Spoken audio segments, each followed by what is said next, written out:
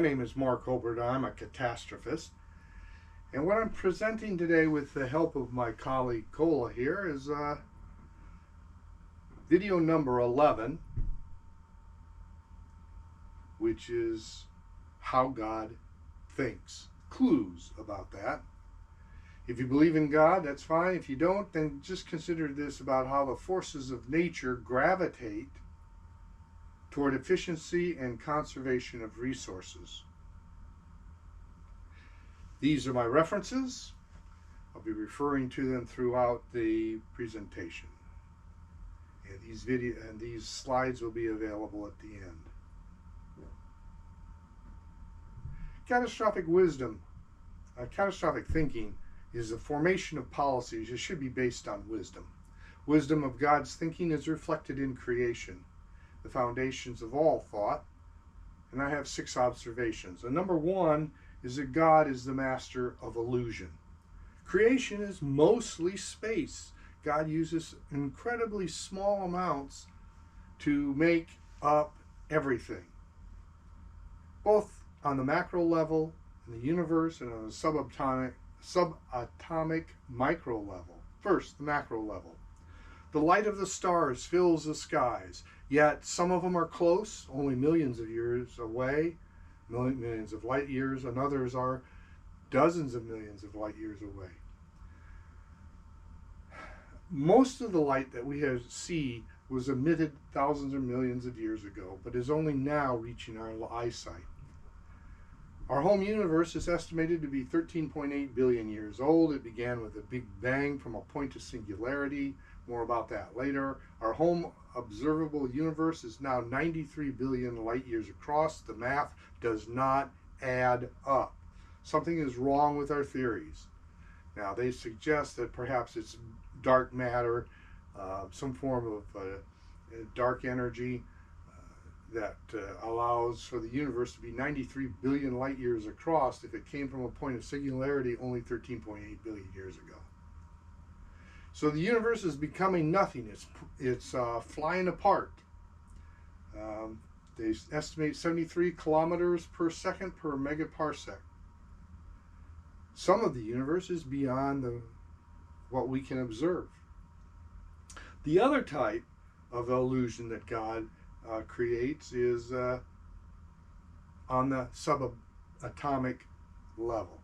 Consider that neutrinos, which are subatomic particles with a very small mass, can pass through the entire planet Earth and not hit anything. Understanding how this is possible requires us to discard what we know about our atoms. Our models are misleading. Common expression is all models are wrong, but some are useful. Here's the traditional atom model. It's the oxygen with 8 protons and 8 neutrons. Its atomic number is 8, atomic weight 16. It's got 2 electron shells according to the Bohr's model, 2 on the inner shell, 8 on the outer shell possible, but it only has 6 on the outer shell. It has 2 holes. More about that later. To figure out or to understand the scale of the atom model, assume a nucleus of an atom is the size of a baseball. Of course, that's many, many, many times larger than what it really is. So how far out does the electron shell surround this nucleus, which is 3 inches across here, expanded, of course, from some incredibly small number. So if I put this baseball nucleus on the 50-yard line of a football field, then how far away is the outer electron shell? A, 40 yards, B, the end zones, C, the stadium outline, D, outside the parking lot perimeter. Well, guess what? It's D. There's nothing between that baseball and the outer shell of electrons on that particular atom, whatever it is. We only see electron shells. Think about that for a moment. We don't see the nucleus of any atom. And you can pick up the electron shells, like this baseball, you're picking it up. You're only lifting it up by its electron shells. And what's more, your hand is picking it up, and it consists of electron shells. And there's nothing between those shells and the center of each atom. One of the problems we see is that we cannot travel at the speed of light because the electrons circle the nucleus at the speed of light. Well, if you're going the speed of light, the electrons cannot get around the nucleus. They can only keep up with it, and so it all falls apart. In black holes, spelled with a W, that's not a sick, I'll explain later, gravity collapses atoms so that electrons are right next to nuclei. Okay, wow. But God builds on success. Now I will talk or have talked about 5 ways God created life. For now we'll focus on the 5th way using DNA. What is not well understood is how much of our DNA is the secret of life. For example, the character Dr. Wilson on the television show House was fond of saying that if we changed 10% of our DNA, we'd become dolphins. That's not true. My own research indicates that the DNA differs from dolphins by nearly 15%, but 60% of our DNA is shared with bananas, because the secret of converting clay and dust to life makes up more than half the DNA of any plant or animal. And that's what we have. That God, and the way you can see this is that if you look at the DNA for the development of comparative embryology for fish, birds, mammals, and humans, they all look alike. They all look like that, something like that.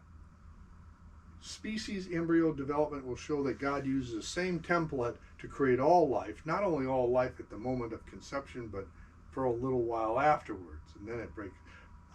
Then the rest of the DNA kicks in and it differentiates between fish and reptiles and birds and mammals. The third observation is that God plays with dice. That's what Einstein famously asserted, that God does not play with dice. You can read both sides of the argument down here. But Einstein was wrong. It's one of the very rare times he was wrong, because God created randomness. The DNA utilizes randomness. Viruses and everything else are variants, are random. Randomness tries out all variations. You got to remember, God, it's not gambling for God to use randomness or dice, because God's going to be around for all the possible outcomes. God is an infinite being with infinite time. So randomness is simply the order in which God experiments with life itself. Now, we are random in God's eyes. If you go to Esther 4:14, we'll see that we have free will. Esther was faced with a dilemma that was high risk, and she was advised that you don't have to do this. You have free will. But if you don't do it, God will select someone else to free or stop the persecution of the Jews, and you and your family will just die. So read Esther 4:14. But that doesn't mean God can't... of course, that doesn't mean that God can't rig the game like he did in Jonah 1:7. The 4th and 5th ways that God thinks are found in the way he counts on his fingers and the way he uses efficient designs. Now, take this seashell. You notice how it gets increasingly larger as the occupant grows. This is because this is a Fibonacci sequence. This appears everywhere in nature. The sequence is that God doesn't count 1, 2, 3 like we do. He counts 0, 1, 1, 2, 3, 5, 8, 13, 21, and so on. What this is the sum of the 2 previous numbers. Fibonacci, a mathematician, identified this.